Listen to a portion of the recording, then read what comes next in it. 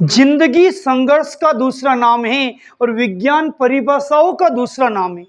अगर आपको विज्ञान के पेपर में परिभाषाएं याद है तो आपको अच्छे अंक लाने से कोई नहीं रोक सकता।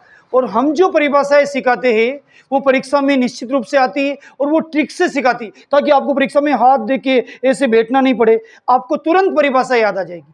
देखिए, पहली परिभाषा, निस्तापन किसे कहते हैं। इसको दो बार पढ़ो, निस्तापन किसे कहते हैं। इसमें न शब्द आ रहा, न और अनुपस्थिति में भी न शब्द आ रहा, तो निस्तापन की परिभाषा आ गया तो अनुपस्थिति जरूर आएगी।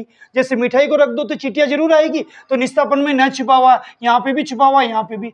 तो निस्तापन की परिभाषा क्या हुई, अयस्क को वायु की अनुपस्थिति में उच्च ताप पर गर्म करना निस्तापन कहलाता है। किसको, अयस्क को, किसकी अनुपस्थिति में, वायु की। अब ये अनुपस्थिति याद कैसे रहेगा, ये न से याद रहेगा अनुपस्थिति।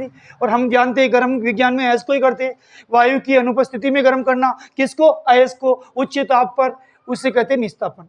फिर से सुन लीजिए, अयस्क को वायु की अनुपस्थिति में उच्च ताप पर गर्म करना निस्तापन कहलाता है।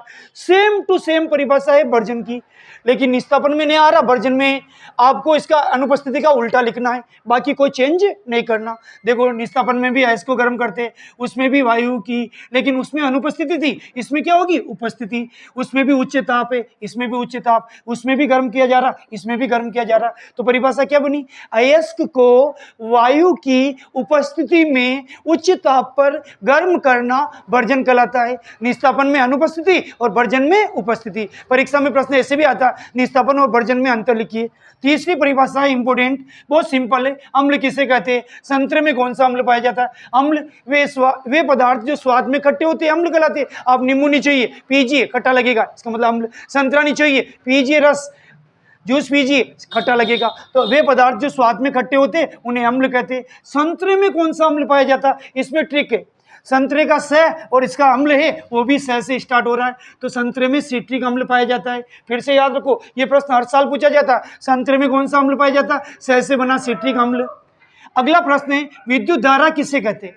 देखिए साहब, रक्त के प्रवाह की दर को शरीर कहते हैं, जल के प्रवाह की दर को नदी तालाब कहते हैं, और विद्युत धारा के प्रवाह की दर को विद्युत धारा, आवेश के प्रवाह की दर को विद्युत धारा कहते हैं। फिर से सुनो, रक्त के प्रवाह की दर को शरीर कहते हैं, जल के प्रवाह की दर को तालाब नदी कहते हैं, और आवेश के प्रवाह की दर को विद्युत धारा कहते हैं। किसके प्रवाह की दर को, आवेश के, चुटकियों में याद हो जाएगा, आवेश के प्रवाह की दर को विद्युत धारा कहते हैं।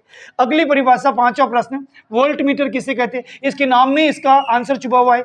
वोल्ट मीटर वैसे शुरू हो रहा, विभवांतर भी वैसे शुरू हो रहा, तो विभवांतर मापने के यंत्र को क्या कहते हैं, वोल्ट मीटर। अगर ये याद हो गया तो इसका उल्टा एमीटर आ जाएगा।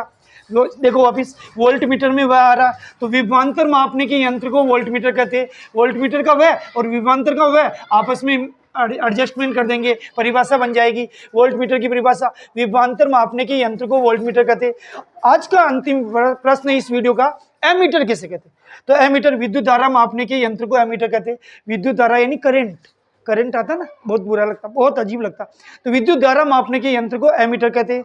अगर आपको मेरा ये वीडियो पसंद आ रहा है तो हम एक नहीं अनेक वीडियो डालेंगे, और सभी इंपॉर्टेंट प्रश्न के वीडियो डालेंगे और सभी ट्रिक्स से डालेंगे।